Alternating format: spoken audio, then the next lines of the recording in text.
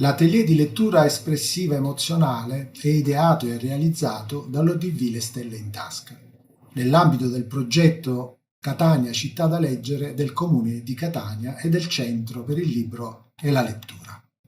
Il percorso formativo e il dispositivo pedagogico privilegiato ci hanno permesso di stimolare le letture che oggi ascolterete, per dare voce ad una selezione di testi autobiografici del nostro archivio, l'archivio della memoria e dell'immaginario siciliano. Ogni partecipante ha adottato un testo autobiografico scritto da autrici e autori che hanno partecipato al Premio Internazionale Trinechia di scritture autobiografiche, biografiche e poetiche dedicate alla Sicilia.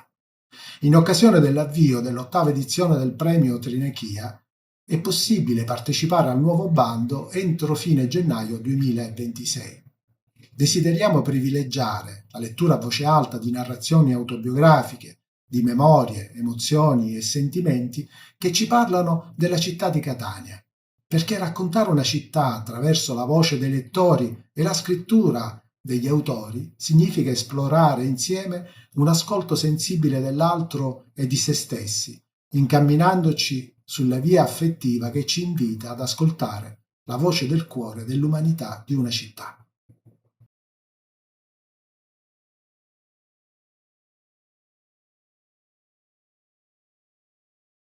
Il titolo del nostro corso è Atelier di lettura espressiva emozionale. Il titolo già di per sé, immediatamente nei nostri primi appuntamenti, ci ha suggerito l'individuazione di un potente ossimoro in esso contenuto. Una lettura fluente, incisiva, emozionante, non può prescindere dal dato oggettivo di natura squisitamente tecnica, questo è chiaro, e quindi ci siamo immersi nella conoscenza della respirazione, articolazione, dell'emissione vocale, la padronanza della fonetica e giù di seguito elementi tecnici di dizione, prosodia e svariate tecniche teatrali, attoriali e soprattutto vocali. Nessuna tecnica però, in virtù dell'ossimoro espressiva ed emozionale, potrà sostituire il fattore umano.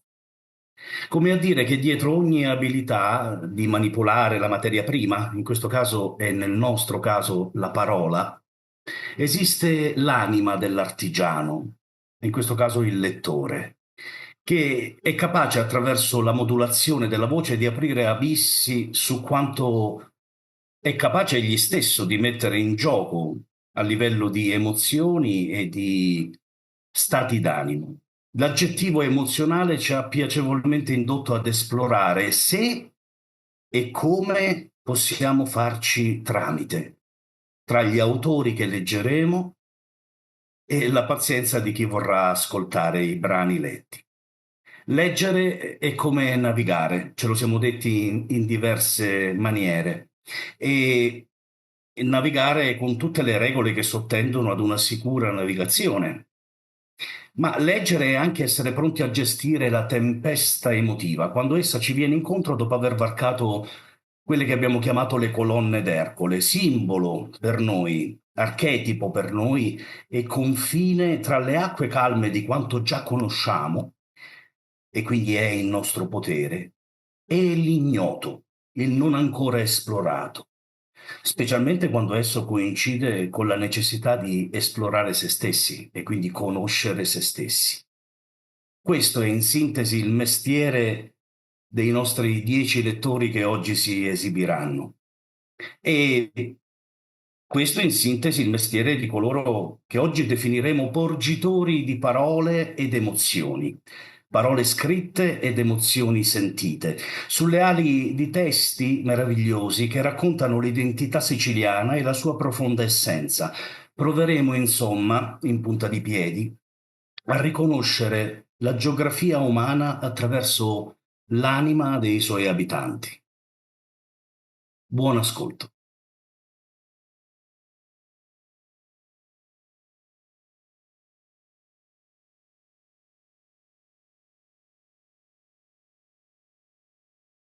Il mio cuore batte a sud di Gigliola Galvani. Ritorno ogni anno in quest'isola e appena mi è possibile anche più volte in un anno. Isola del cuore e dell'anima. Ritorno dentro questo caldo che mi scioglie. Catania la scopro camminando per ore, dentro le sue strade. Una confusione di gente, di voci, di motori, di odori. Mi perdo felicemente in un garbuglio di vie che mi portano a scoprire angoli meravigliosi, opere architettoniche di una bellezza nuda, che mi infondono uno stupore ancora più grande, perché il mio pregiudizio su questa città, ora lo so, era infondato. Per chi arriva dal continente, Catania è una tappa veloce, soprattutto in questi ultimi anni, dove le distanze si sono accorciate. Da Verona, dove di solito parto io, in poco più di un'ora sono a Catania e poi via, lungo le strade che mi portano a sud. Ma questa volta ho voluto fermarmi in questa città. Catania è un enorme formicaio che pullula e che si muove a ritmo variabile, a volte lento, lentissimo, altre volte nervoso e imprevedibile. Questa città custodisce frammenti di civiltà diverse che hanno distrutto e ricostruito la sua storia. Le dominazioni, i terremoti, le eruzioni vulcaniche hanno stratificato un luogo straordinario. Vedo con gli occhi di chi si innamora. Vedo il bello, vedo e ascolto. Ascolto questa lingua che non so parlare ma che capisco. E mi perdo a seguire i due discorsi di due persone ferme per strada. Le strade, appunto, sono nere nere, magma solidificato e lavorato. Questo una volta era fuoco, penso mentre cammino. E penso a lui.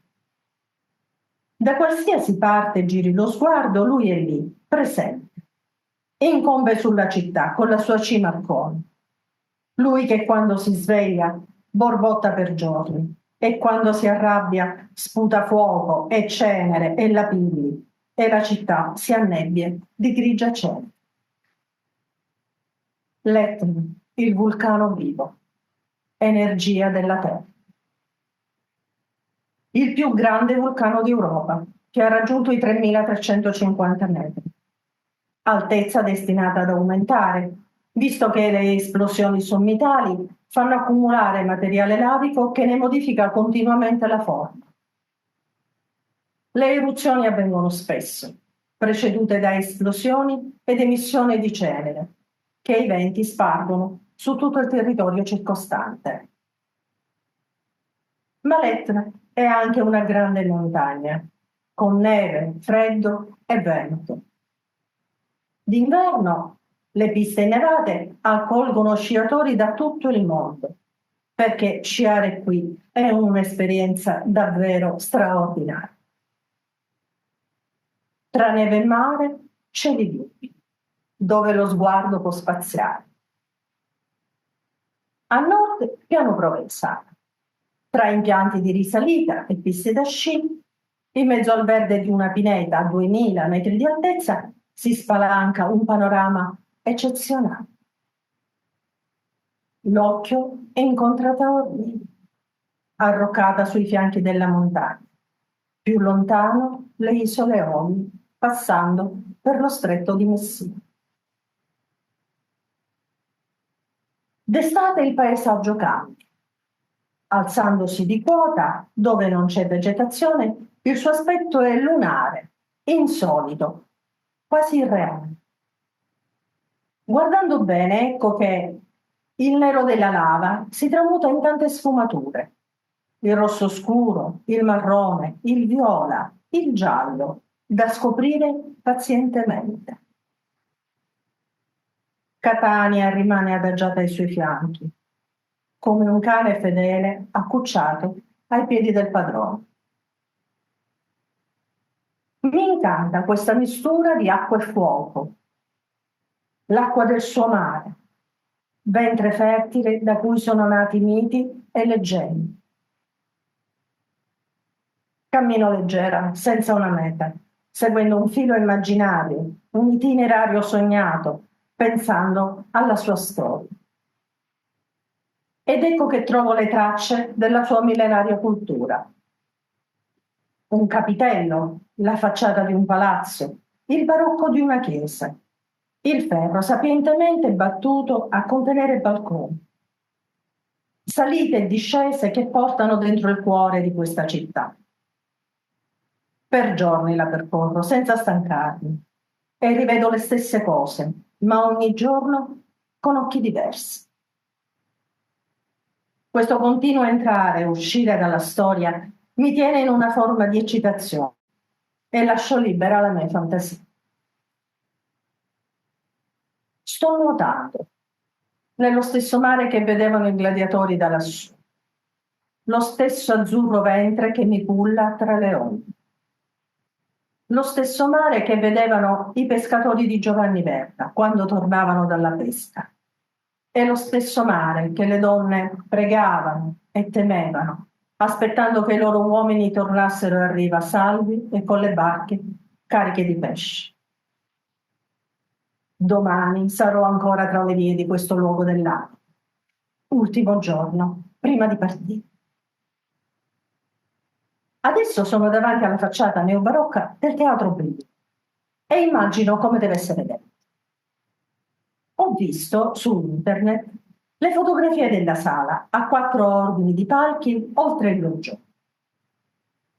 Si dice che sia una delle sale più belle tra quelle costruite nell'Ottocento.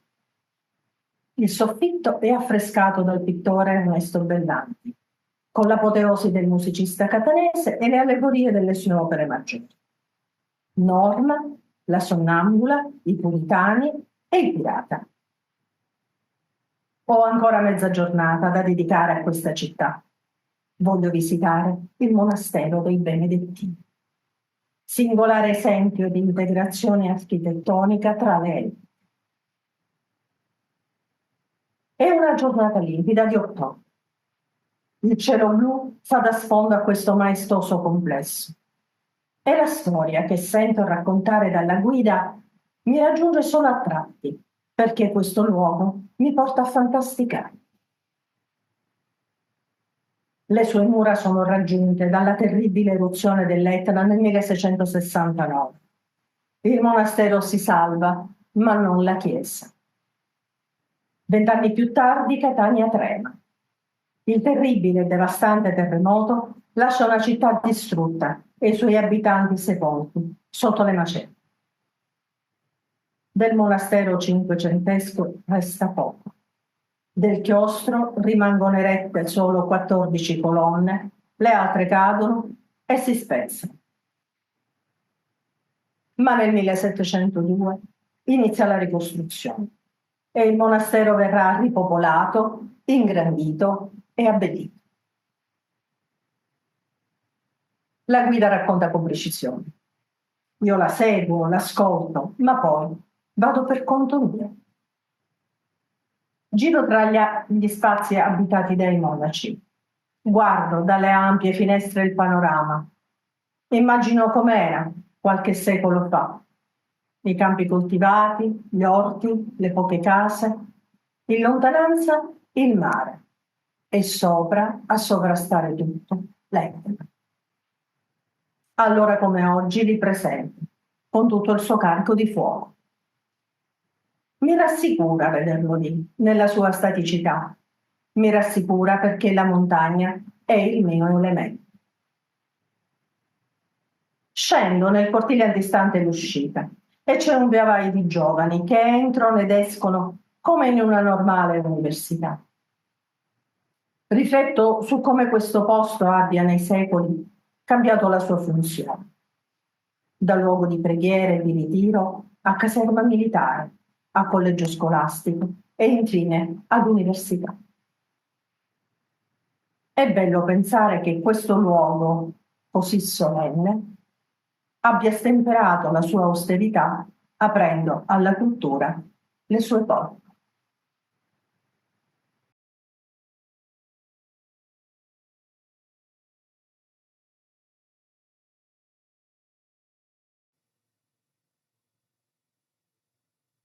I tre matrimoni della Cucchiara, a cura di Ada Zapperi Zucker.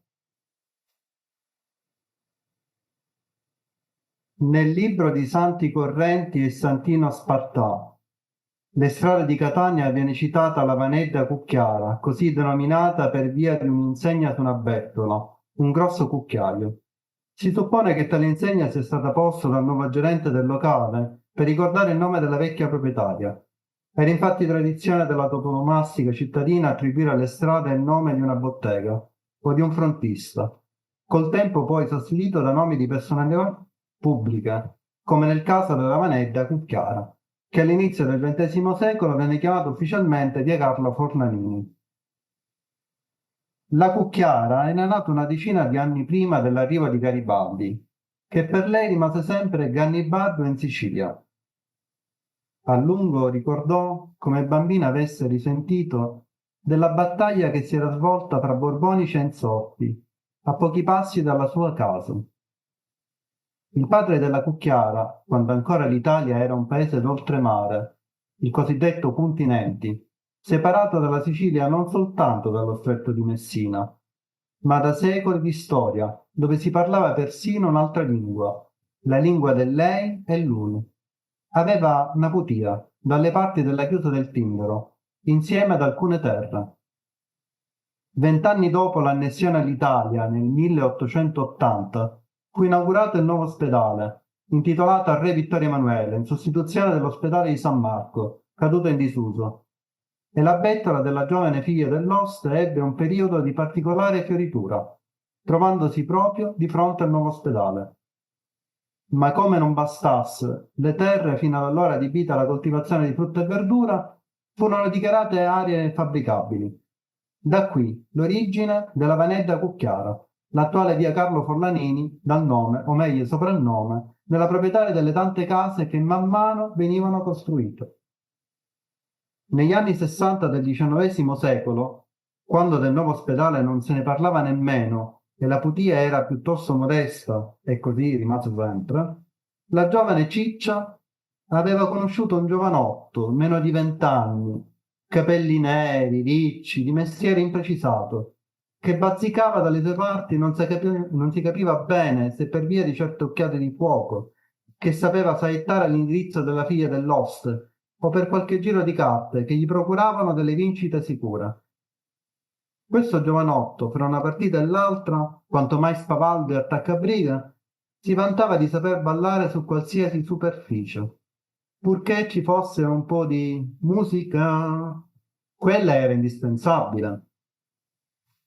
Una sera, provocato più del solito dagli avventori del locale, più o meno sempre gli stessi, si dichiarò pronta a mostrare le sue qualità.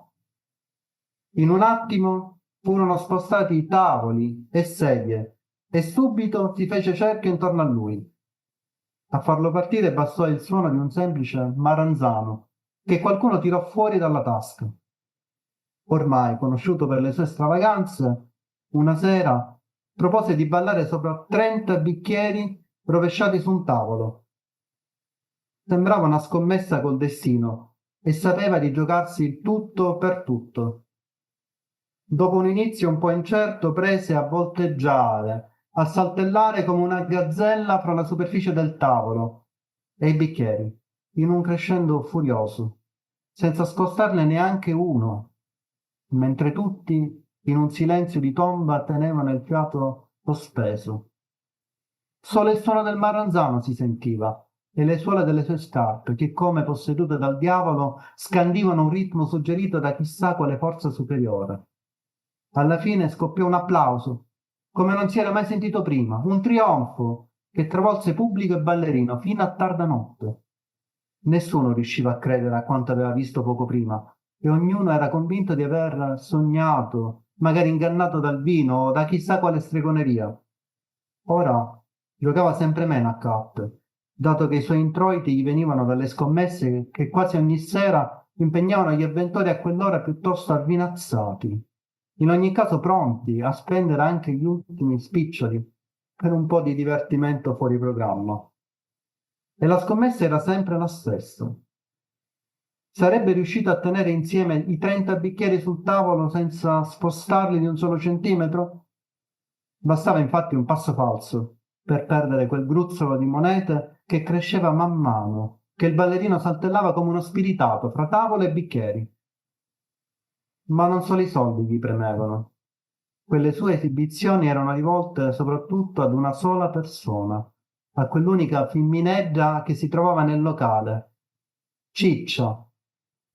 La ragazzina infatti non si lasciava mai sfuggire quello spettacolo, affascinata dall'abilità, dal suo modo tutto particolare di guardarla, e oltre che da una sorta di corrente elettrica che sprigionava da quel giovanotto. Fatto sta che appena tredicenne fuggì con lui, come d'abitudine, per costringere i genitori ad un matrimonio indesiderato e in ogni caso piuttosto precoce. La classica fuiuta praticata in Sicilia ancora negli anni 50 del secolo scorso. Questo giovanotto di testa calda poco tempo dopo fu coinvolto in un duello per motivi d'onore. Qualcuno lo aveva accusato di barare al gioco. Infatti, anche se piuttosto sporadicamente per volere del suocero, continuava tuttavia a giocare a carte, dove sembrava essere imbattibile. Un colpo a tradimento, una coltellata alla schiena arrivata da non si sapeva bene quale parte. Non si trovò mai l'assassino, che magari continuava a frequentare la bettola. Interruppe il duello in modo assai drammatico e la ragazza, ancora fresca sposina, rimase vedova di un marito che col tempo acquistò colori sempre più singolari. Fino a tarda età, infatti, non perdeva occasione di ricordarlo. Un folletto era, bello, bello, bello come un dio, una gazzella elegante e leggera, sempre allegro, innamorato, con due sole passioni nel sangue, il ballo e lei. Pietosamente aveva dimenticato il gioco delle carte, in realtà la sua occupazione principale, forse per le ambiguità che vi si nascondevano. Ma anche se il primo posto era occupato dal ballo, e su questo non discuteva.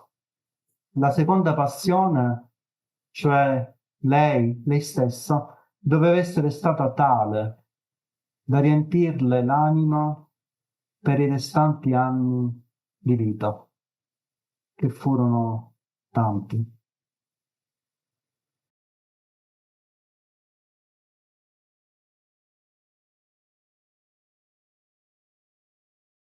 Nellina di Antonella Scuderi.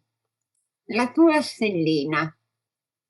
Quando sei nata, la tua stellina si è staccata dall'universo di puntini luminosi ed è scesa sulla Terra per vivere una vita. Dentro di te, quello spirito luminoso ti ha sempre guidata e oggi che sei al terzo tempo della tua esistenza, emerge con forza per farsi ascoltare. Ora la senti più chiara quella voce che vuole guidare l'altra parte di te, l'essenza profonda di ognuno di noi. Quella parte che ti ha sempre imposto un'esistenza divisa fra socializzazione subita e spirito libero che è in te. Vuol dire al mondo che quando una stella cade in terra si collega a tutto l'universo, a tutti gli altri esseri umani.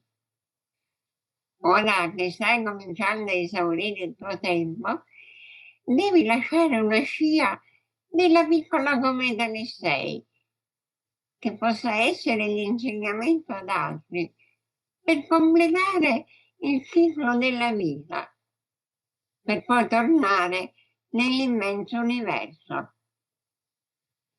Le scuole medie. Nellina vive in un quartiere popolare di Catania Vecchia, a poca distanza dal porto, dove il nonno ha sempre avuto le sue barche attraccate. Un cianciolo, a Paranza, a Tunnara e per ultima una piccola barca bianca e azzurra col nome di Maria, il nome di mamma. la mattina che ha fatto le foto per potersi iscrivere in prima media, è stato il primo campanello che Nellina sente suonare e che avvia il suo cammino. È stata prima dal fotografo e poi a consegnare la domanda di iscrizione in una calda giornata d'estate insieme alla mamma. Quella mattina Nellina si prepara indossando il suo vestitino nuovo, ancora da bambina non sviluppata, a piccoli guardettini bianchi e arancio pallido, e il colletto bianco, con sotto una bavetta di merletto. Ha finito le scuole elementari a 9 anni, perché la sua stellina si è già illuminata e la mamma ha già visto la sua perspicacia, così le ha fatto frequentare la primina. Mamma però non ha capito dove la stellina di Nellina vuole arrivare.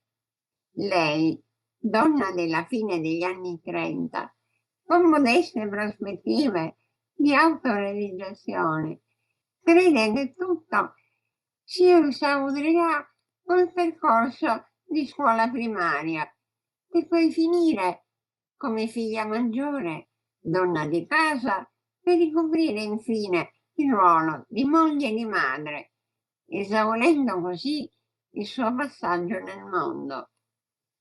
Papà, invece, non ha intravisto nulla di tutto questo. Lui, il cui ruolo è quello del bread man, l'uomo che porta il pane a casa, vede in Nellina la primogenita che si sposerà e a cui lui assicurerà la biancheria a rota, affidandola a un giovane marito, buon lavoratore, che non gli farà mancare i denti. Nellina quindi prende il volo da sola, guidata semplicemente da quella luce di stella che staccatasi dall'universo si allinea in lei e che vuole portarla in alto. Quella mattina, ritornata a casa con mamma, abitando in quel piano terra rialzato con le finestre sulla strada e il cortiletto all'interno, sotto l'abitazione di nonna Gina, Nellina fa le scale di corsa per raccontare con entusiasmo ai nonni, ma soprattutto al nonno, di vedere già l'inizio di un futuro diverso da quello insito nel suo contesto socioculturale. Quando Nellina sale dai nonni, sprizza felicità. Nella saletta di casa entra un sole caldo e accecante. Lei si siede sulle ginocchia del nonno e gli confida con gioia il suo progetto di vita. Prima di tutto cercherà di parlare meno in dialetto. Infatti, nel suo quartiere tutti i ragazzi lo parlano e lei già intuisce come questo può essere uno svantaggio per chi vuole uscire da quel contesto sociale, perché lei vuole studiare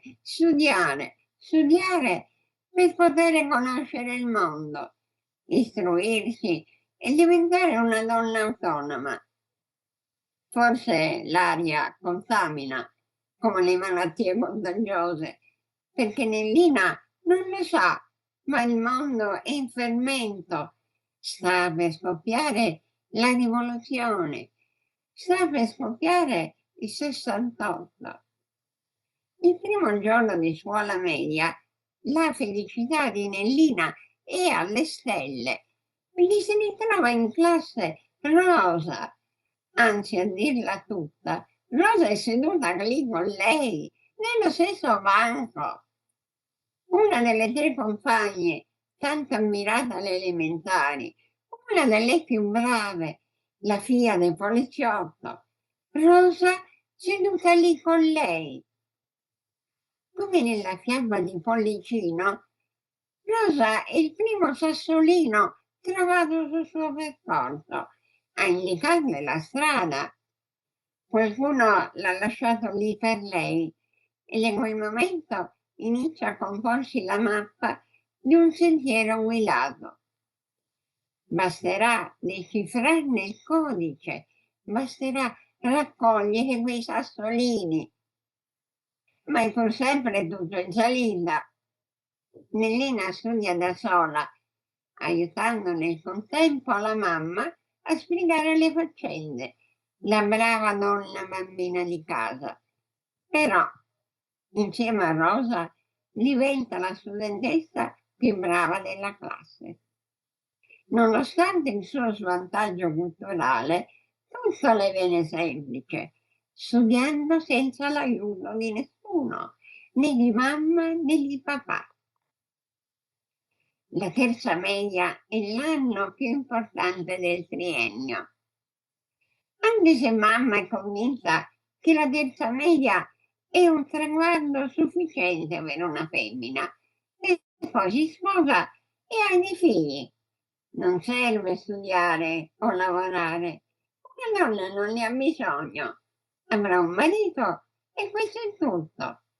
Lei a pulire casa, a crescere figli, ad accudire il suo uomo, lui fuori a lavorare. Intanto in classe, insieme a Rosa, ora ci sono pure Laura, Cettina e Nunzia, tutte brave ragazze, stesso underground di Nellina. La domenica si va a messa tutte insieme, con qualche ragazzo che le segue per fare amicizia.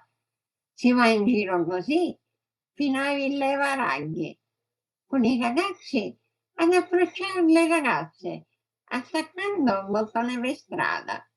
Finita la messa, in via Plebiscito, si entra al bar tutte insieme, ridendo e scherzando per comprare i pasticcini. Nellina adora i pasticcini di panna a forma di paparella, ma a detta di mamma nemmeno per le ragazze è buona cosa entrare al bar. Non è il seme del femminismo che allinea Nellina, piuttosto è quello delle pari opportunità.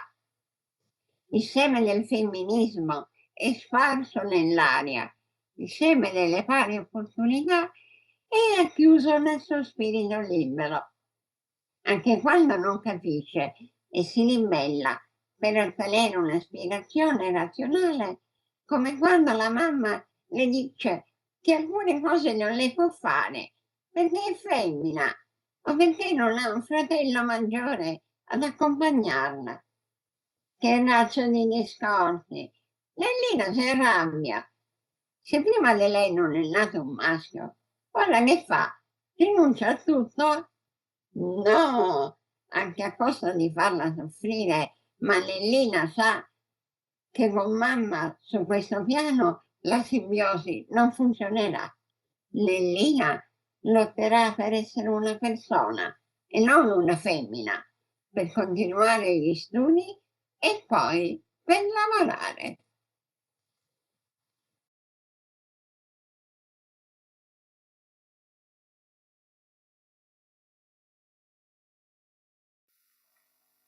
La nostra gioventù di Natala Francesca Caruso. La filiale della Rinascente a Catania aprì le porte al pubblico il 10 ottobre del 1959. Fu costruita dove era ubicato il Cinema Sala Roma, all'interno del Palazzo Ospitaleri, demolito qualche anno prima.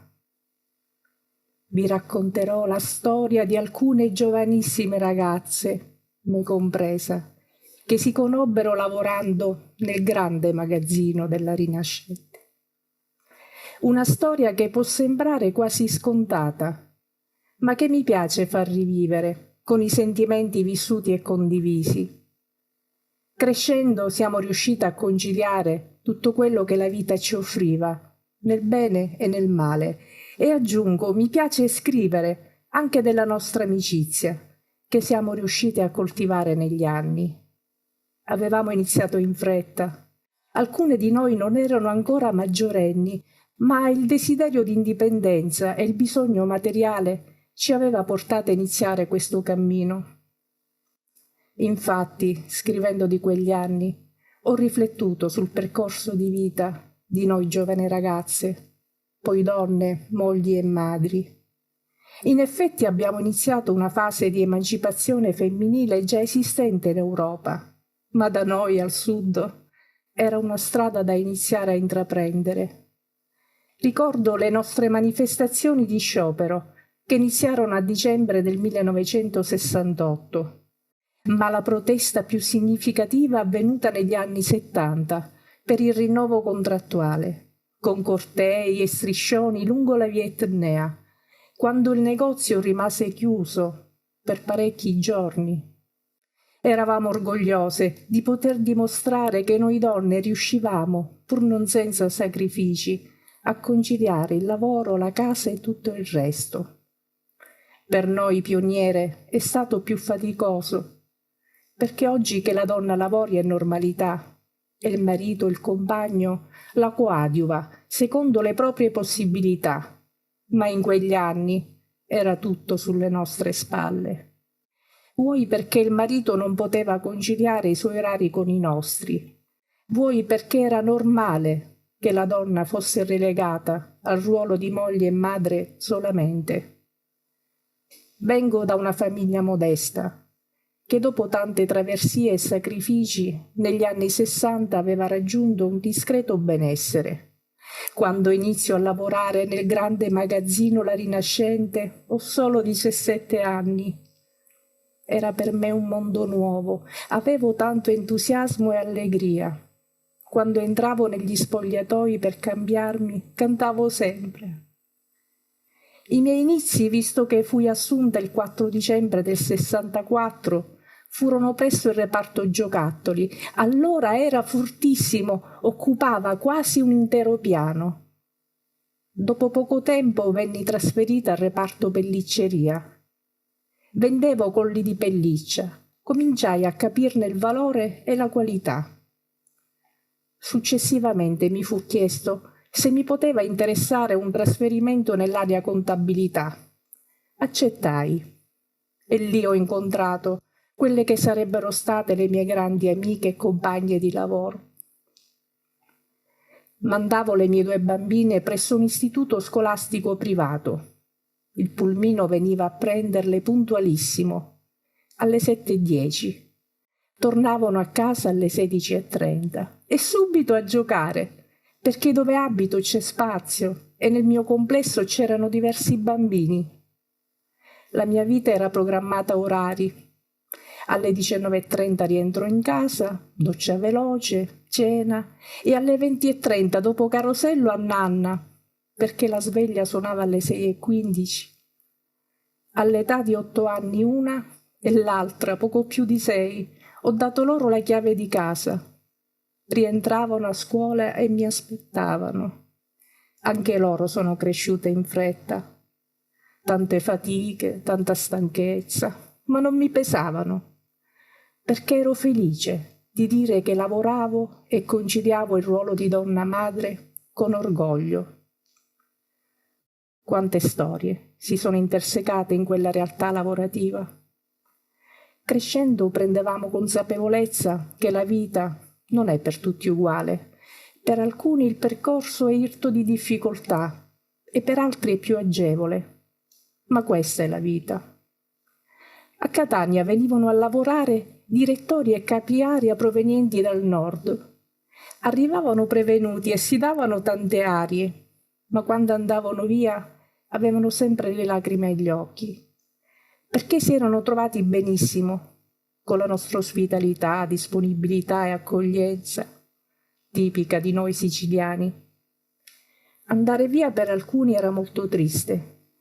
Infatti capitava che i giovani capi area rifiutavano il trasferimento, preferivano rimanere a Catania. Negli anni successivi, gradatamente, con l'avvento delle nuove tecnologie, il numero del personale degli uffici si ridusse notevolmente. Chi andava via non veniva più sostituito. Gli anni trascorrono, non si fermano, come le acque dei fiumi vanno sempre avanti, come la nostra vita. Cresciamo, maturiamo, abbiamo formato le nostre rispettive famiglie e ci siamo sempre confrontate tra noi. Erminia è stata la nostra guida, ma ognuna di noi al bisogno è stata sempre presente, con qualche consiglio, a volte una carezza o un sorriso. Certamente quando eravamo più giovani c'è stato anche qualche alterco o incomprensione nell'ambito lavorativo, ma la nostra amicizia è stata più forte. Abbiamo sempre superato tutto. Oggi non ricordiamo più gli screzi, resta solo il bello della nostra gioventù.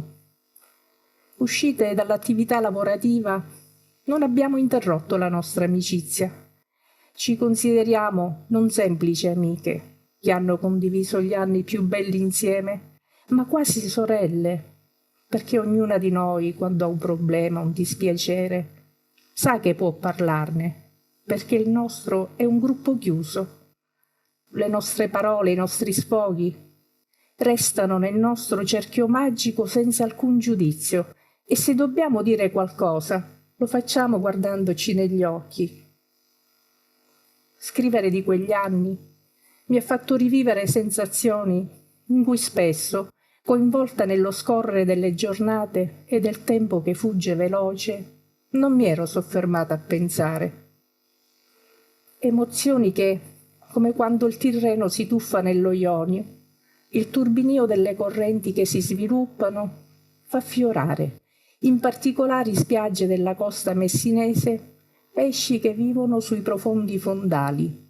I biologi marini lo sanno. Li cercano sulla spiaggia e dopo averli rinvenuti con molta delicatezza, li raccolgono e li studiano. Io spero di aver trasmesso questa delicatezza, scrivendo dei miei ricordi, dando voce alla mia penna, riportando a galla immagini di vita vissuta. Perché per me oggi è più semplice ragionare con distacco sugli avvenimenti del mio e del nostro percorso di vita.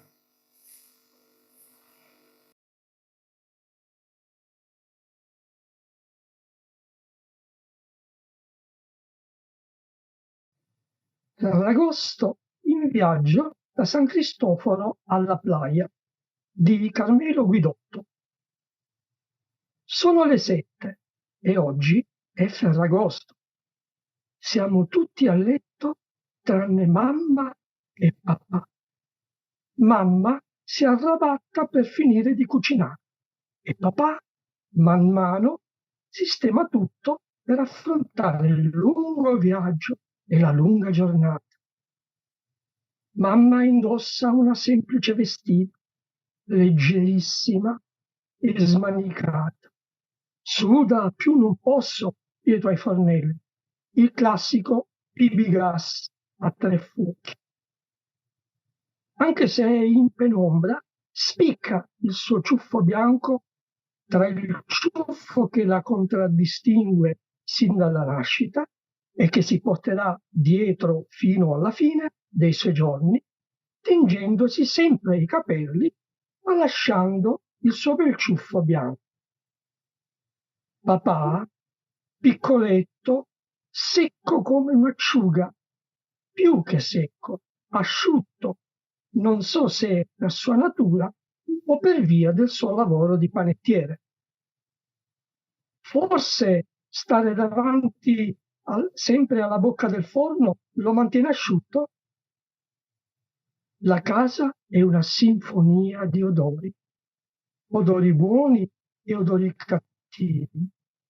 Buoni quelli che si sprigionano dalle pentole dove mamma prepara le varie pietanze. Brutti quelli che si sprigionano dai nostri corpi. 5 figli e i genitori tutti a dormire in 2 stanzette a piano terra, col caldo che uccide, sudore a non finire, la porta chiusa perché dà direttamente sulla strada. Una strada senza asfalto, terra battuta. Quando quella porta si apre, nascosta dalla cassina, sembra che t'arrivi il soffio che Dio spirò su Adamo e gli diede vita. Finalmente la pasta al forno è pronta e le cotolette pure. Mamma e papà ci fanno alzare. Noi, felici al pensiero che saremmo andati al mare, ci alziamo subito, indossiamo i costumi e ci laviamo alla meno peggio. Ma deve intervenire sempre mamma a darci una rifinita e a pettinarci. Ci fa sedere in attesa che arrivi il mezzo di trasporto. Mamma si fa bella per uscire e papà la guarda ammirato.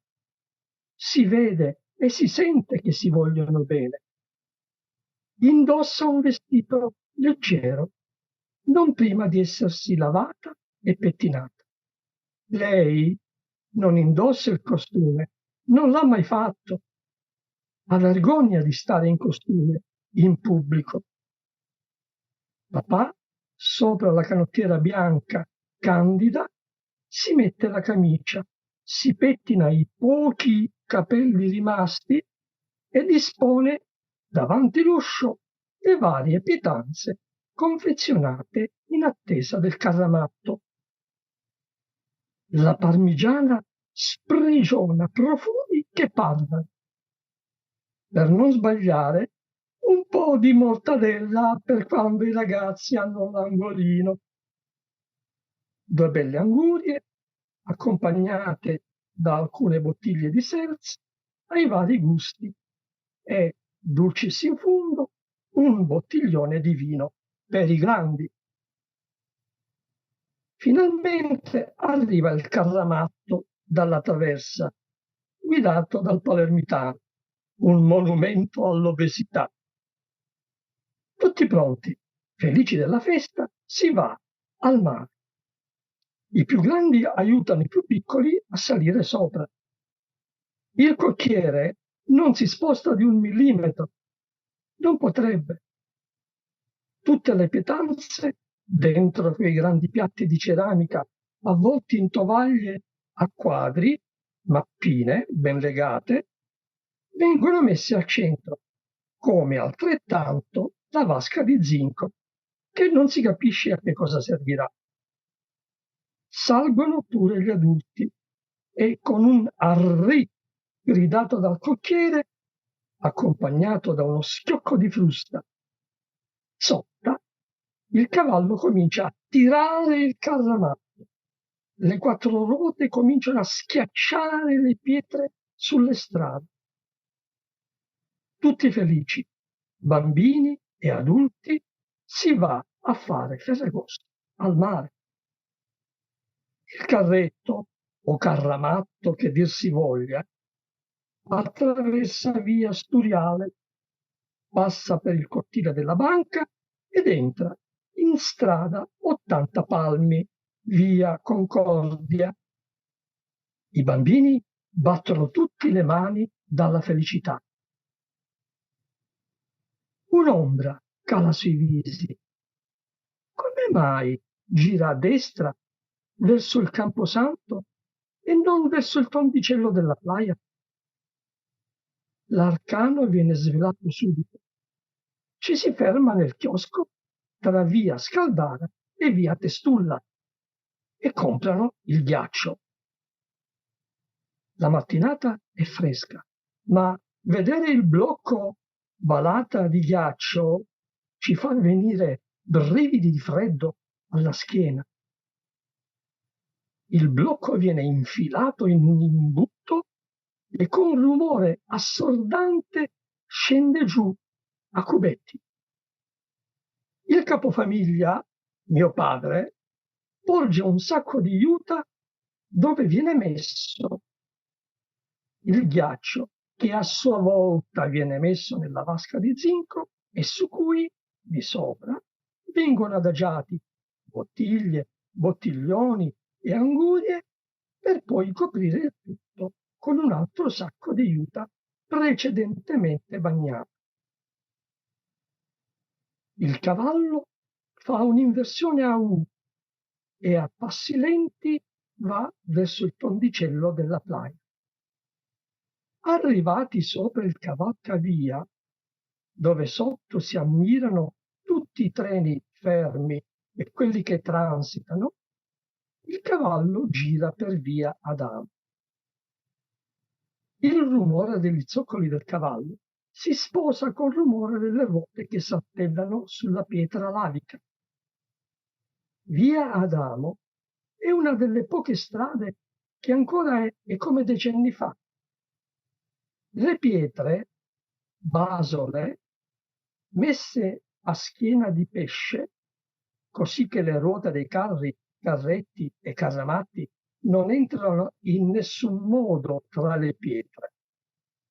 Bellissime pietre, nere, lucide quando piove e grigie quando sono arse dal sole. Frutto della fatica di mastri scalpellini che lavorano all'acqua e al vento, al caldo e al freddo. Scende il casamatto fino all'entrata della stazione Aquicella. Il bar è aperto e anche se è un giorno di festa, tanta gente prende il caffè. Ma è nell'aria che tutti sono sulla via per andarsi a divertire. Non ci fermiamo, ma tanti altri carri sono fermi, tutti carichi di famiglie in attesa di ripartire verso i luoghi scelti per andarsi a divertire. In bocca il viale dell'amore, via Aquicella-Porto. Clopete, clopete, clopete.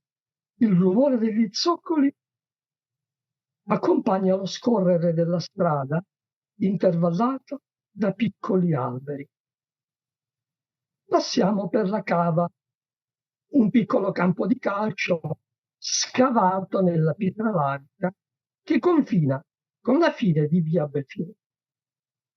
Clopete, clopete, arriviamo al faro Biscari. Invece di andare dritto verso il mare, gira a destra. Nuvole nere calano sui visi di tutti. Parte il primo bambino a piangere. Il mare, voglio il mare. Gli altri bambini cominciano a piangere. Il padre tranquillizza tutti che si va verso il mare, ma in un mare migliore e più pulito. Non si va al lido barche subito dopo il porto, ma più in fondo dove l'acqua è più pulita. Il carro percorre la strada verso il mercato della frutta di San Giuseppe l'Arena. Arrivati al rifornimento Shell, il carro gira a sinistra ed entra dentro il boschetto della playa. L'aria è fresca, sono le 8 e la maglietta è piacevole sulla carne. Sono stati giorni di pura canicola. In quelle 2 stanze a piano terra è una condanna. Di giorno si va in strada a giocare, ma la notte in una stanza, la sala da pranzo, è duro passarvi la notte. E meno male che alle 3 del mattino il padre va a lavorare, così che i figli si dividono in 2 stanze e si respira meglio. Neanche il tempo di arrivare, sono già le 9. Davanti a noi il mare, non prima di aver attraversato la strada.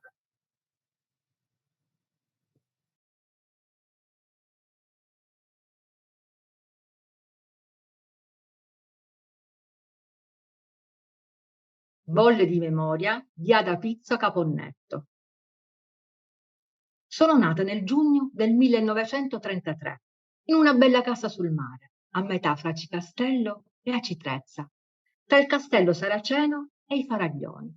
La casa è ancora lì, con le sue 3 panoramiche e grandi terrazze, una torretta e le grandi porte finestre dipinte di blu. Quando, durante l'estate, torno da quelle parti, la vedo, sempre lì, sempre bella, sempre che mi guardi con aria sfottente e mi dica: io mi sono conservata benissimo e tu no. Faccio finta di non sentire e continuo a passeggiare, cercando i luoghi della mia infanzia. Mia madre, fiorentina, precorrendo i tempi, aveva voluto andare a vivere fuori città, in riva al mare. E adesso mi rendo conto, ma solo adesso, quando quella sua decisione mi abbia fatto vivere un'infanzia allegra, all'aria aperta, al vento, al sole e al mare. La mia memoria è un po' bucata come lo svizzero e da quei buchi escono foto delle mie giornate d'estate. Comincio al contrario. All'imbrunire, io e mia sorella venivamo immobilizzate dalla cameriera l'una e da mia madre l'altra e venivamo letteralmente strigliate. Le due torturatrici, indifferenti, lasciavano che shampoo e sapone si infilassero negli occhi, nelle orecchie e nel naso. Inutili gli strilli e i tentativi di fuga. Eravamo immediatamente catturate. Devo però ammettere che dopo una giornata trascorsa in giro avevamo bisogno di essere dissodate, infine asciugate e borotolcate. Indossato un vestito, calzati i sandali, quelli con gli occhialoni, sedevamo a tavola per cenare, certo, ma anche per avere un'ora di nozione di comportamento e vivere civile contrapposta allo stato brato di una giornata trascorsa in strada. Fuori dalle mura domestiche i miei occhi hanno visto prima l'azzurro limpido del cielo, quello più scuro del mare, la luna e la sua lunga striscia ardente che sembrava saltellasse sulla superficie del mare diventato scuro a sera, e le stelle, scintillanti e tremolanti, sembrava stessero per cadere. Il naso invece ha sentito l'odore della salsedine e più tardi quello del fumo del carbone acceso e dei peperoni arrostiti.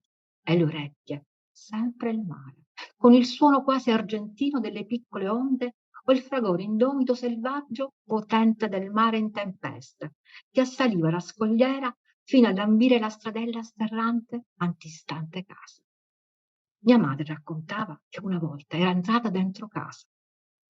Per quanto riguarda il tatto, inteso come tutto il corpo, le sensazioni venivano dalle infinite rovinose cadute procuratemi inciampando mentre giocavo spesso ad acchiappa acchiappa con i miei cugini e altri bimbi.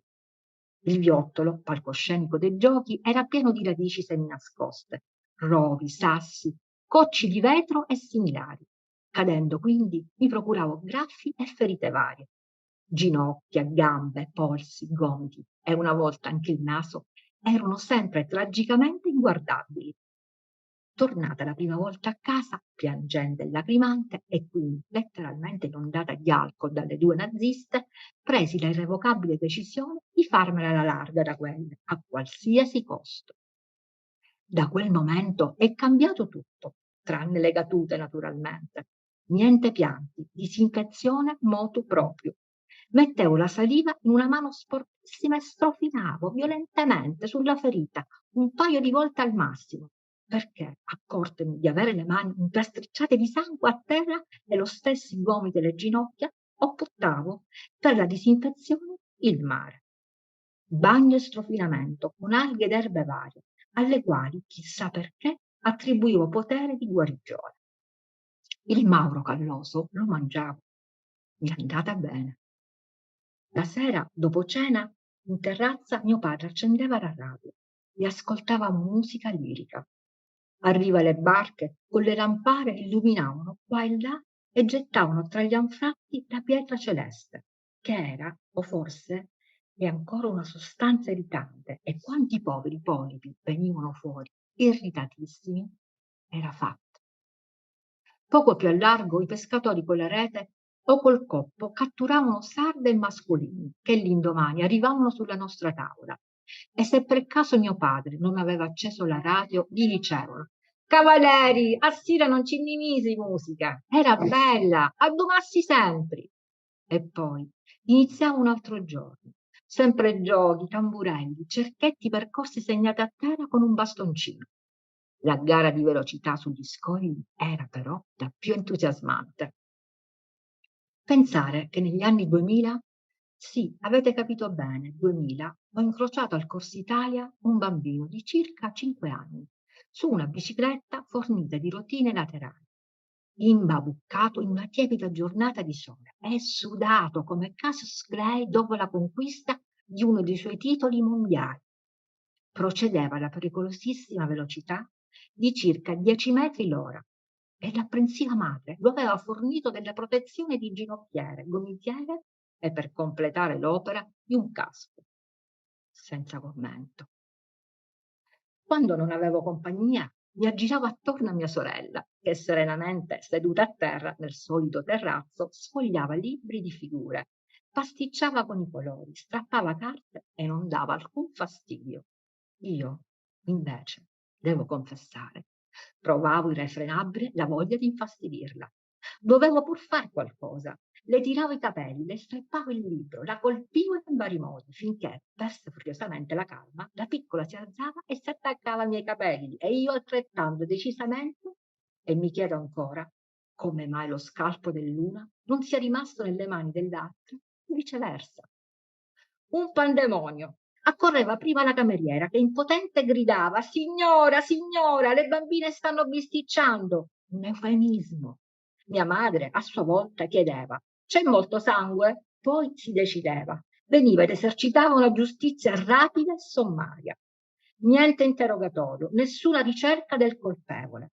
Tanto lei sapeva che io ero rea di aggressione e mia sorella di eccesso colposo di legittima difesa. 2 schiaffoni, faccia al muro, e se ne tornava a leggere. Frattanto dovevamo imparare a nuotare. Superfluo dire che non esistevano braccioli, paperelle, materassini. Invece esistevano le zucche, curcubitacee essiccate al sole, con un grosso restringimento al centro e con i semi essiccati anch'essi, che, se sbatacchiati, suonavano come uno strumento musicale che si chiama maraca. Una corda veniva legata a distanza di 40 centimetri alla parte più stretta delle zucche, che andavano a finire sotto le ascelle, e poi annotata davanti, e noi galleggiavamo. Ma dopo un po' la corda si restringeva e allora mamma sciogli, al contrario di quanto avvenne davanti al Vaticano. Per sollevare l'obelisco egizio dovettero dare acqua alle funi, acqua alle funi. Imparai presto a nuotare.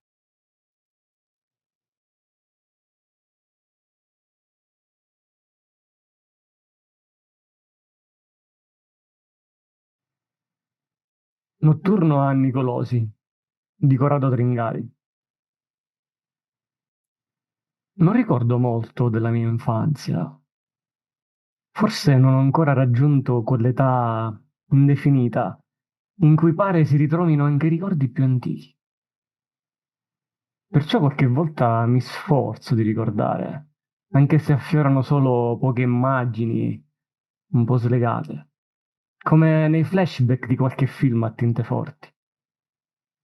Fra queste le feste in terrazza sul finire degli anni 50, organizzate da mio fratello Duccio e mia sorella Nina, più grandi di me di oltre 10 anni. Rivedo i palloncini cinesi illuminati da candeline, il panorama della città vibrante di luci, il via vai per le antiche scale. I gelati tirati su da un misterioso contenitore e serviti in coppe di metallo. E poi le lunghe estati in cui la famiglia si trasferiva a Nicolosi, sulle pendici dell'Etna, per sfuggire allo scirocco di Catania. Prima che arrivasse il diluvio dei villini e delle seconde case, Nicolosi era un tipico luogo di villeggiatura, forse non troppo dissimile da quella dei secoli passati, almeno nel senso del distacco fisico e prolungato dalla città, divenuto poi insignificante con la diffusione delle utilitarie negli anni 60 e dei motorini negli anni 70. Ci si spostava in collina, con un mini trasloco, sapendo che per qualche mese la città sarebbe stata lontana, le abitudini sarebbero cambiate, anche il cibo e l'acqua avrebbero avuto un sapore diverso. In una Nicolosi con poche auto, dove era facile sentire il trillo delle cicale o avvertire il profumo dei pini, l'estate trascorreva fra piccole emozioni, incontri in piazza ed escursioni nei dintorni, rigorosamente a piedi o al massimo in bicicletta.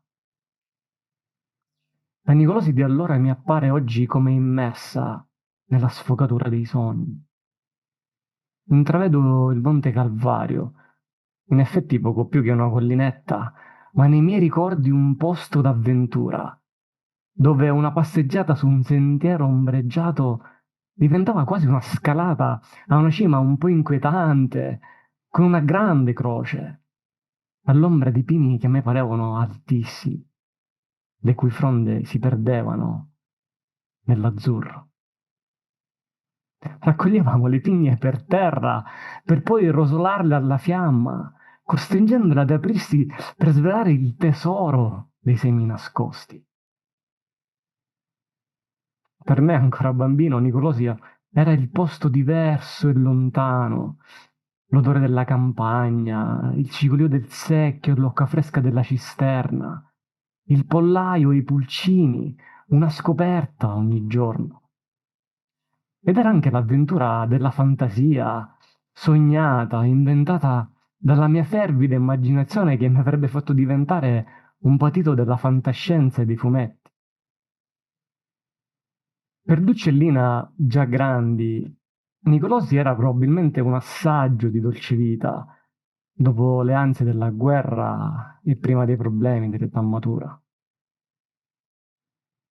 Quello è in effetti il momento in cui riesco ancora a vedere noi tre insieme, in quelle serate fresche e misteriose, lontani per età eppure ancora vicini, prima che la vita portasse ciascuno in un mondo proprio dove anche vedersi diventava un'occasione. Duccio architetto a Roma, Lina sposata, io studente sessantottino, troppo occupato a cambiare il mondo. Fra i ricordi affiorano voci nel buio, un bisbiglio, una risata, un fruscio di gonne ampie in una serata estiva, una notte stellata a Nicolosi. Non proprio una notte piena, ma il crepuscolo che sfuma nel buio, dove tutto appare un po' reale. Riesco quasi a sentire le risate e i passi che nella semioscurità risuonano più distinti. Stiamo passeggiando in comitiva. L'avventura serale mi è concessa appunto perché sono in compagnia dei grandi, con mia sorella e mio fratello. Siamo ormai fuori dal paese. Ben presto non si nota più neanche il chiarore delle ultime case. Le uniche luci vengono dal cielo già carico di stelle. Ma ad un tratto vedo quei puntini luminosi, si muovono vivacemente, lucciole. Quasi non riesco a crederci, per la prima volta mi appaiono quelle piccole luci palpitanti, di cui non riesco a distinguere la forma reale e che diventano così quasi creaturine fantastiche. Un'emozione che non riuscirò a dimenticare.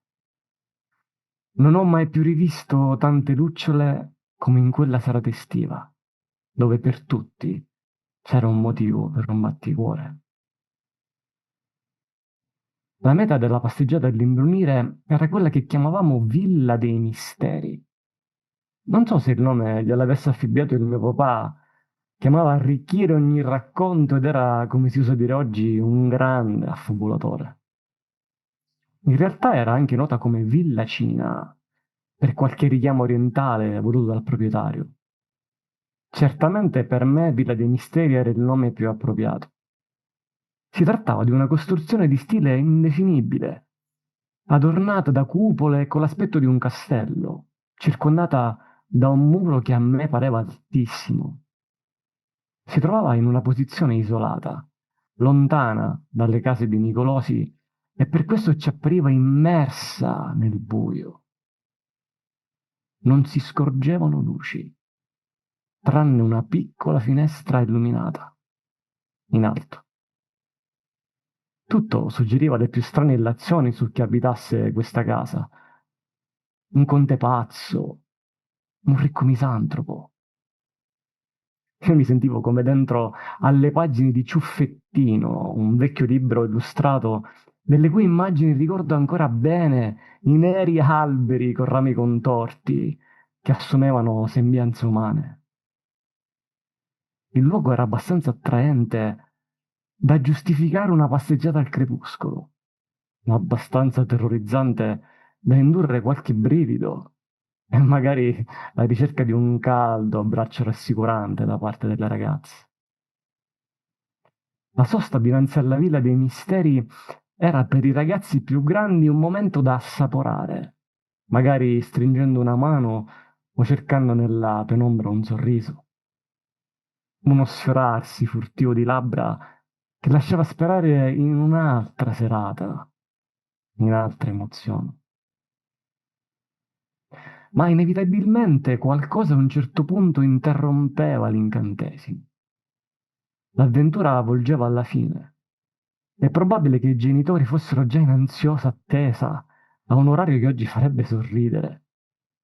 Si lasciava dunque al suo sconosciuto destino il nero profilo della villa e si ritornava verso casa, con passi affrettati, sino alle prime rassicuranti luci del paese. Passo dopo passo, gli abbracci si slegano. La stretta delle mani si allenta e tutti sorridono con una speranza nel cuore. Il ricordo si interrompe come uno spezzone di un sogno. Ritorno all'oggi e vedo come in un film retrospettivo i personaggi che prendono strade diverse, diventano adulti, affrontano la vita e le ansie future. Se quella notte avessero potuto sbirciare il loro futuro, forse avrebbero voluto rimanere abbracciati nel buio, ancora per un po'. Sono tornato alla Villa dei Misteri molti anni dopo, di giorno. Il castello era quasi in rovina. I segni del tempo erano inequivocabili. Il grande cancello era aperto. Ho curiosato per pochi passi e di fronte a quello che a me è parso un evidente stato di abbandono, mi sono ritratto. Meglio non indagare oltre. Meglio lasciare il mistero al passato. Meglio lasciare alla fantasia il regalo della notte stellata, delle lucine viventi, delle risate, dei frusci, dei sogni della nostra giovinezza.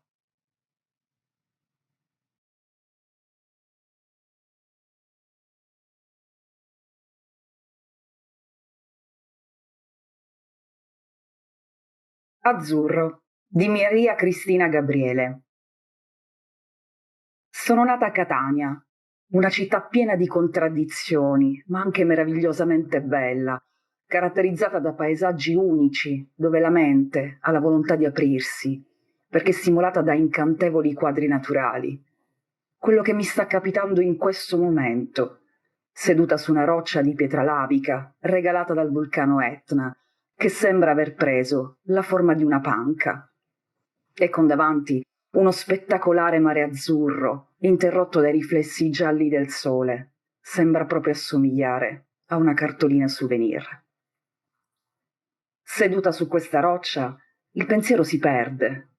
Si perde perché va lontano, non viene interrotto da ostacoli di cemento, e lo sguardo può correre fino all'orizzonte che sembra, quasi quasi, staccare il mare dal cielo, regalando tonalità di colore variegate. Oltre a un fattore visivo, anche un fattore sonoro aiuta il pensiero, e cioè il rumore delle onde che, infrangendosi sugli scogli, sembrano formare una musica di sottofondo. Incantata da tutto ciò e dai colori che mi circondano, il mio pensiero va a una persona per me particolarmente importante. Il suo nome era Bianca. Meglio dire la zia Bianca. Così me l'hanno presentata. Questo perché nella mia città una delle abitudini più ricorrenti, oltre mangiare la tavola calda, è chiamare zia anche la vicina di casa. Tra i 6 e i 7 anni, mio padre mi disse che io, mia madre e mia sorella dovevamo andare a vivere da una signora che stava male e che aveva bisogno delle cure di mia madre. Io ero piccola e non feci nessun tipo di domanda. Arrivati a casa di Bianca, ero un po' incuriosita dal nuovo incontro. Lo rimasi ancor di più quando aprì la porta. Mi apparve una signora coi capelli bianchi, raccolti, distinta e ben vestita. Ma la cosa che mi colpì più di tutto erano i suoi meravigliosi occhi azzurri, così tanto espressivi da farmi capire subito che quella signora era dolce e gentile. In effetti non avevo torto. Quando ci fece accomodare, si presentò e mi chiese il mio nome. Io risposi e lei, con un tenero sorriso, mi disse di seguirla. Così ci fece conoscere la casa. Quell'appartamento lo ricordo benissimo. Dal disimpegno d'ingresso si accedeva a un salone enorme, pieno di oggetti che, anche se piccola, capì che avevano un certo valore. Infatti Bianca mi disse: «Mi rivolgo a te, che sei la più piccina. In questo salone non si gioca». Io rimasi in silenzio, ma non era nelle mie intenzioni giocare in una stanza di quel genere. Troppe cianfrusaglie da spostare. Andammo avanti nel corridoio e ci fece vedere il bagno e la sua camera da letto. Invece, girando, si trovava una sala da pranzo con un tavolo enorme e mobili particolarissimi. Io pensai: ma una signora da sola che utilità avrà ad avere un tavolo così grande? Sembrava una sala riunioni. Di fronte a questa camera da pranzo c'era un piccolo ripostiglio che subito mi fece simpatia. Non c'erano oggetti preziosi ed era piccolo e accogliente. Dissi a Bianca: «Qui posso giocare?» Lei mi rispose: «Certamente, puoi usare anche le altre stanze», escluso il salone. Quel ripostiglio diventò la base per riporre le armi, cioè i miei giochi. Infine si trovava la cucina, dove Bianca passava tanto tempo. Finite le presentazioni, serviva un po' di tempo per conoscerci, ma non troppo, perché io mi fidai subito di lei e mi piaceva stare in sua compagnia. Riusciva a darmi sicurezza e serenità. Più passava il tempo e più mi legavo a lei. Mi piaceva tantissimo ascoltarla. Mi raccontava sempre tante cose con un tono coinvolgente e io restavo in silenzio, ma ovviamente, quando avevo domande, la fermavo e chiedevo. Anche lei si stava legando. Notavo che mi cercava sempre, oppure era contenta quando rientravo da scuola. Già, la scuola. Uno degli elementi che permise ai nostri cuori un ulteriore legame. Nel pomeriggio Bianca mi aiutava a fare i compiti. Era bravissima a spiegarmi le cose e notavo in lei tanto interesse a insegnarmi metodi che avrebbero reso il mio studio più facile. Io restavo affascinata perché ero una bambina molto curiosa e mi piaceva allargare i miei piccoli orizzonti. Finiti i compiti, Bianca spesso mi chiedeva di restare per fare un tema. All'inizio pensai: ed ora cos'è questo tema? Ma ben presto, dopo la sua spiegazione, capii e mi piaceva moltissimo finire i compiti con un bel tema. Mi ricorderò per tutta la vita quanto amore metteva nella spiegazione. Mi diceva sempre: leggi attentamente il titolo e quando hai le idee chiare su quello che vuoi scrivere, lo dividi in 3 parti: introduzione, svolgimento, conclusione. Così rendi il tema chiaro e di facile comprensione. Mi piaceva tanto dividere in 3 i miei pensieri, a tal punto che, anche quando non dovevo scrivere nessun tema, mi inventavo le storie nella mia testa per dividerle in 3, come facevo abitualmente. Spesso mi viene in mente la diapositiva di me, seduta davanti a quel tavolo enorme, con sopra penne, colori, fogli e Bianca, sempre accanto a me. Mentre io guardavo la TV, cucinava piatti davvero appetitosi. Era bravissima a preparare i dolci. Ricordo ancora lo squisito sapore delle sue torte e dei suoi biscotti. C'era un odore che mi faceva impazzire più di tutti ed era l'odore del torrone, che mi faceva correre in cucina perché sapevo che dietro quel profumo delizioso c'era Bianca, che con una inaspettata professionalità lo preparava. Stavo davvero bene in quella casa. Mia madre, per me, ricopriva un ruolo marginale. C'era Bianca, capace di catturare la mia attenzione, anche con cose semplici e comuni, oggi posso dire, perché ci metteva davvero il cuore. Il nostro legame diventava sempre più forte e intenso, a tal punto che, se non la vedevo in giro per casa, miravo la porta del bagno e quando era chiusa ero sicura che fosse lì, ma per un'ulteriore conferma andavo a spiarla dal buco della serratura, tranquillizzandomi del tutto. Forse avevo paura di perderla. Arrivò il mio compleanno e ripensandolo mi viene un sorriso grande come l'amore che provavo nei suoi confronti. Quel giorno la cercavo, era chiusa in cucina, ma essendo una camera più grande rispetto al bagno, la mia strategia di guardare attraverso il buco della serratura non funzionò. La chiamavo, ma lei mi rispondeva di avere pazienza. Così mi impegnai a fare altro fino a quando sentì la porta aprirsi. Quando entrai in cucina mi venne da ridere. Il frigorifero era chiuso con catene e lucchetto e lei mi disse: «Per evitare che mi rovini la sorpresa, vista la tua curiosità, ho chiuso il frigorifero a chiave». E ridendo andò via. Devo dire che questa cosa fece ridere tanto anche me. La sera festeggiammo il compleanno e quando si decise ad aprire quel benedetto frigo c'era una torta bellissima, piena di panna e fragoline, che adoravo. Mi rese felice la mia cara e tenera zia Bianca. Il nostro è stato uno scambio, purtroppo breve. Da quell'incontro, sia io che lei stavamo assaporando le nostre più grandi mancanze. Lei, quella di essere una mamma premurosa e presente. Io, di essere guardata e amata da una vera mamma. Bianca ha saputo donarmi quel colore azzurro che sento sempre di mia appartenenza.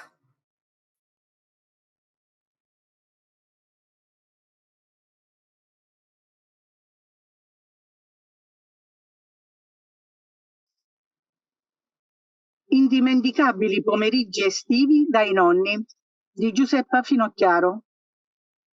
Stamane mio figlio, come ormai da alcuni anni, ha fatto rientro a Modena, dove lavora, ed è prassi che al momento dei canonici saluti gli dica: «Appena atterri, manda messaggio, s'annunga».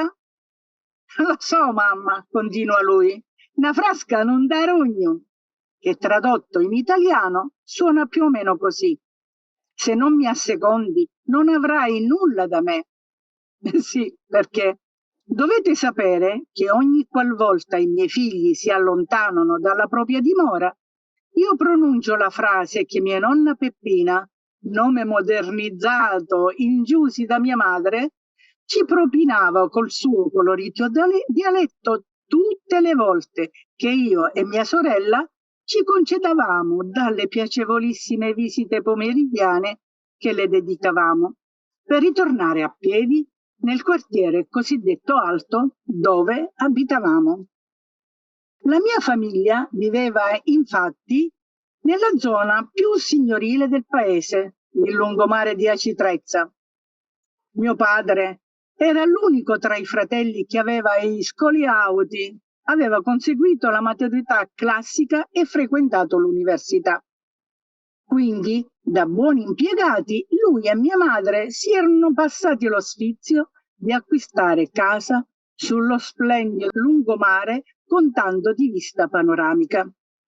Noi figli, a dispetto delle origini popolari di mia madre e di mio padre e diversamente degli altri nipoti, eravamo stati educati a parlare in rigoroso italiano. Frequentavamo una scuola privata cattolica e venivamo sollecitate a conformarci a un ambiente socioculturale più elevato. abitavano in un quartiere nella zona nord del paese, oltre la chiesa madre. Era un quartiere dignitoso ma popolare, in una delle tante vanegge dove, passando a piedi, si riusciva a distinguere il profumo di ogni ricetta. Si pregustavano i sapori delle prelibatezze nostrane, dove gli scamazzi infantili, le vagnate degli ambulanti, i guttigli fra cummari erano pane quotidiano. Io e mia sorella, a dispetto delle etichette alle quali ci forgiavano i nostri genitori, soprattutto mia madre, che ci redarguiva ogni volta che pronunciavamo termini dialettali, ci sentivamo irresistibilmente attratte dall'atmosfera di vivace popolarità che si respirava nel quartiere dei nonni. Ed estate, quasi tutti i pomeriggi, era nostra consuetudine andare a trovarle per passare ore di impagabile spensieratezza, libere da ogni oppressiva convenzione. Così, dopo essere sottostate alle raccomandazioni materne di parlare sempre in italiano, anche con i nonni che poverini faticano a capire, ammiccavamo e giù di corsa per le scale, dove ci fermavamo immancabilmente sul retroandrone per aprire un sacchetto dove nascondevamo gli indumenti che ci avrebbero garantito una nuova identità, così da trasformarci in perfette bambine di strada. Ci sfilavamo i vestiti eleganti, tanto cari alla mamma, per indossare indumenti consoni a nuove esileranti avventure. Nascosto il corpo del reato, ci incamminavamo leste lungo la via provinciale per raggiungere da lì a poco il quartiere degli adorati nonna Giusi e nonno Giovanni. Imboccata l'agognata vaneggia, avvistavamo i nonni assettati sulla banchina, proprio davanti alla cassina abbassata dalla stanza da letto, a godersi la frescura estiva. Vaneggia, banchina cassina, vaneggia, banchina cassina, facevano capolino nella nostra testa, non appena assaporavamo quella ammaliante e colorita realtà. Il nostro pensiero si nutriva d'un nuovo, compiaciuto linguaggio, quello popolare. Nonna, nonno, mi pigliate un frisco? Chiedevamo dopo averlo abbracciati sulla guancia. I miei nonni, due vecchietti già ottantenni, erano analfabeti. Avevano imparato solo a firmare e conoscevano i numeri fino a 9, giusto per comporre quelle telefonici. Mio nonno, per non dimenticare la sua firma, si esercitava ogni giorno in interminabili elenchi di nome e cognome, mentre mia nonna eccelleva ad avere un manigio, gestione del denaro familiare, di cui mio nonno, instancabile lavoratore emigrato in America, l'aveva generosamente onorata.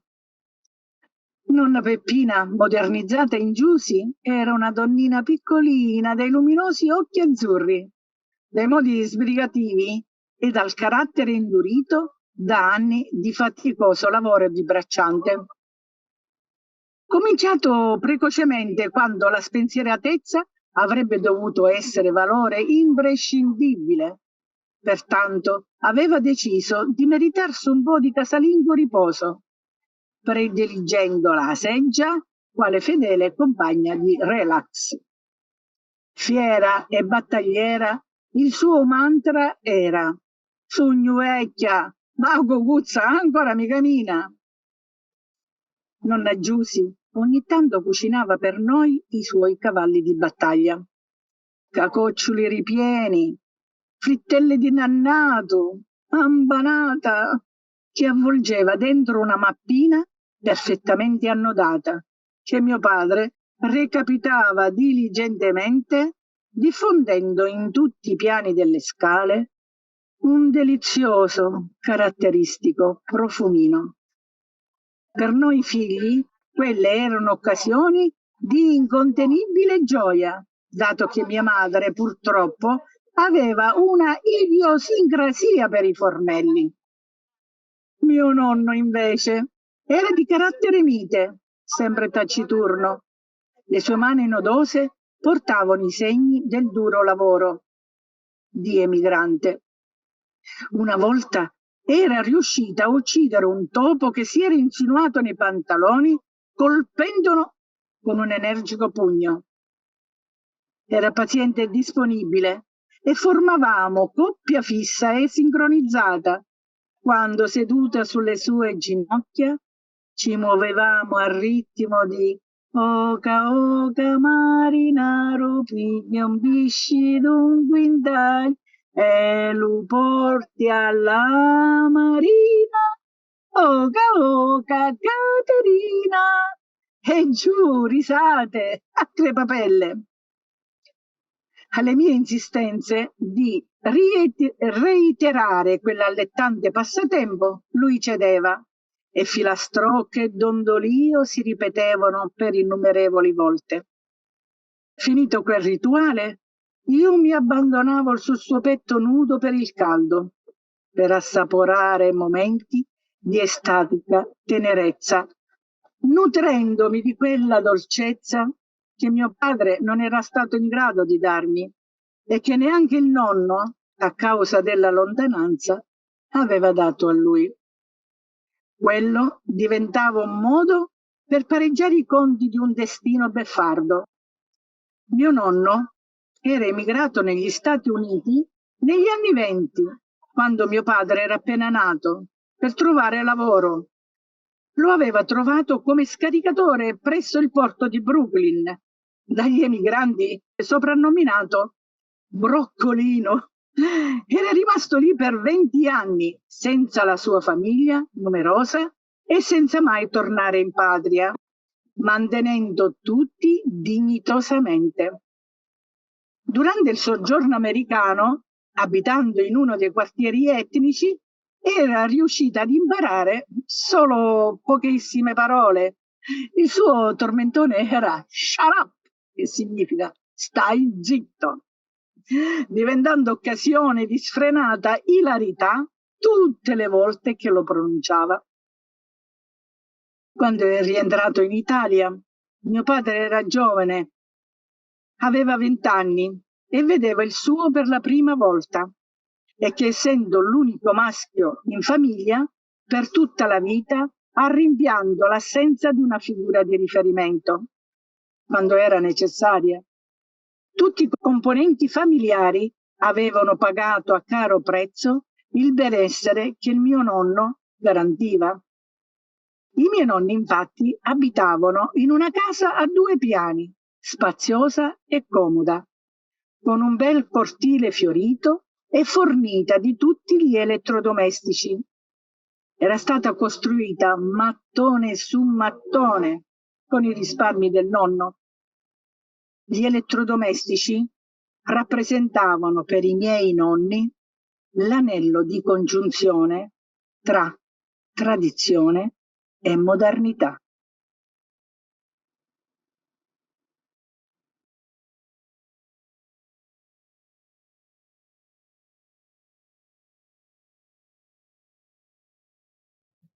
Viaggio di ritorno di Santo Crisci.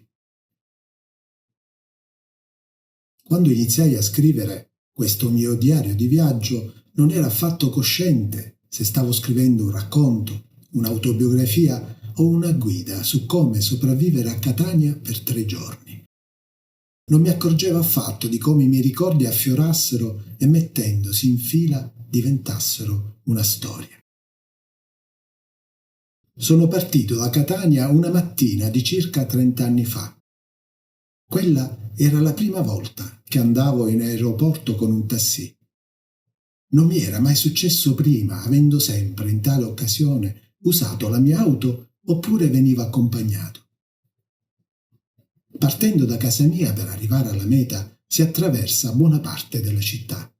Quella volta ebbi la strana, seppure assurda sensazione che il tassista intuisse che stavo andando via per sempre, lasciandomi alle spalle più di 35 anni di vita vissuta lì. Attraversammo tutto il lungomare, poi di seguito il Corso Italia, via Etnea, Piazza Duomo, costeggiammo il mercato, il porto, il lungomare della Playa, quei luoghi che tanto avevo frequentato da ragazzo. In estate andavamo a fare il bagno nei lidi. In inverno le lunghe camminate a piedi dal Duomo al borgo e poi ancora di ritorno, con lunghe soste davanti all'ingresso di Villa Bellini. L'avevamo ribattezzato l'ufficio, luogo di riunione per eccellenza, ma soprattutto il luogo dove ci si incontrava per parlare e discutere insieme agli amici. Girovagò il mio tassista, lungo per il centro, attraversò vie che sarebbe stato inutile percorrere. Sembrava che volesse farmi incidere bene e a fondo nella mente quei luoghi prima di lasciarli per sempre. Ma forse era soltanto più interessato all'avanzare del tassametro per vedere aumentare il costo della corsa. Credo che il ritornare a Catania, per chi ha lasciato questa città da molto tempo, sia sempre una grande sorpresa. Per me, che me ne sono allontanato da quasi 30 anni, con soli brevissimi rientri di 2 o 3 giorni al massimo e per giunta avvenuti a distanza di svariati anni l'uno dall'altro, ritornarci è sempre stato un vero e proprio shock. Perché mai sono venuto a Catania senza un ben preciso motivo? Partendo da una città del nord-est nella quale vivo da anni, l'arrivo nel nuovo aeroporto di Catania, il primo impatto non è dei peggiori. La ben omologata architettura aeroportuale li rende abbastanza simili tutti, compreso questo, rendendomi in ogni caso piacevole l'arrivo, dopo essere rimasto per un'ora e più incastrato dentro lo striminzito sedile di un aereo scomodo e inospitale, come lo sono tutti i voli low cost. Sono le 9 del mattino di un qualsiasi giorno feriale e il traffico si fa sempre più intenso. Tutte le strade continuano a stiparsi di auto, è l'ora di aperture di uffici e negozi e tutti si dirigono verso la città. Arrivano soprattutto dalle zone di recente urbanizzazione, quelle borgate una volta isolate che oggi sono diventate le nuove zone residenziali. Vecchi quartieri, prima abitati soprattutto da artigiani e piccole imprese manifatturiere, sono stati smembrati e trasformati in anonima e degradata periferia cittadina. Adesso le auto scorrono a centinaia e ci sorpassano indifferenti da destra e da sinistra. Agli svincoli le code diventano sempre più lunghe. Procedendo quasi a passo d'uomo ho modo di osservare i grandi cartelli segnaletici, con sopra scritti i nomi di località a me note: Motta, Librino, Paternò, Montepo, San Giorgio, ma alle quali oggi non riesco più a dare una collocazione geografica esatta. Potrei in questo momento essere ovunque, non riesco più a orientarmi e a capire dove esattamente mi trovo. Per quanto io cerchi di rintracciare mentalmente le coordinate di quelle località che fino a ieri pensavo di avere ancora impresse nella mente. Osservo la smisurata città che ho davanti a me e cerco di immaginare, per un momento, le persone che vi si muovono dentro, ma non ci riesco affatto. Soprattutto credo di non riconoscere più gli abitanti di questa città. È la gente, è l'aria che si respira che non riconosco più e questo mi fa sentire straniero. Sarà che questa città non l'ho mai sentita completamente mia. È sempre stato come se ci fossi capitato per caso, caduto dal cielo, provenendo da un'altra dimensione. Nonostante che qui ci sia nato e cresciuto, con i suoi sapori, gli odori, il suono modulato del dialetto, il colore grigio della lava dalle 1000 sfumature e il colore azzurro d'un mare che ho sempre considerato il mio mare, con cui ho fatto amicizia già da bambino, da solo, vincendo le 1000 paure che i miei genitori, virgiani venuti dall'interno dell'isola, mi trasmettevano. Loro che erano figli della campagna e il mare lo avevano incontrato da adulti e i piedi nell'acqua non li misero mai. Vorrei oggi capirla, questa Catania, e chi ci abita, o forse vorrei capire me stesso. Perché mai, mi chiedo, è come se mi fosse rimasta incollata addosso soltanto una sottile patina di tutto quanto ho vissuto per 30 e passa anni in questa città. Chi di noi due è cambiato di più? Un raggio del sole appena affiorato dal mare, riflettendosi nel vetro di una finestra vicina, colpisce i miei occhi. Sembra quel gioco che facevamo da ragazzini con qualche scheggia di specchio trovato in strada. Che grande capacità avevamo di divertirci con niente. Penso che oggi, neanche usando un raggio laser, dei ragazzini sarebbero capaci di giocare per ore come si faceva allora. Ma il luccichio del sole che mi abbaia è un richiamo alla realtà. Oggi è il mio ultimo giorno di permanenza a Catania. Questa sera rientrerò nel profondo nord-est. Ho sempre pensato che l'arco di tempo in cui si svolge la nostra esistenza sia come un sacco vuoto all'inizio, ma che si reggerà in piedi soltanto se riusciremo a riempirlo di qualcosa di veramente importante. E oggi mi domando se lo si possa riempire anche del nostro passato, dei ricordi, delle nostalgie, dei rimpianti, delle gioie, dei fallimenti. Oppure se soltanto ciò che viviamo nel presente ha un valore reale. Rischiamo forse che il nostro sacco si afflosci non appena tutto il nostro passato possa sparire con la perdita della memoria di ciò che siamo stati, che abbiamo vissuto, amato e odiato. Cosa ho veramente cercato in questi giorni? Forse di vedere quanto sia veramente cambiata questa città o quanto in nuovo abbia migliorato quello che di vecchio esisteva già. O piuttosto di recuperare quello spazio vuoto che si è sempre frapposto tra me e questa città, impedendomi di decidere se amarla oppure odiarla, di fuggirne per sempre, o se ritornarci a rotolarmi nella sua polvere, come facevo da bambino, vivendo in un quartiere dove l'asfalto era ancora là da venire. Oppure ho cercato di raccogliere i cocci di quei luoghi, oggi sfigurati nella realtà, ma ancora bellissimi nella mia memoria.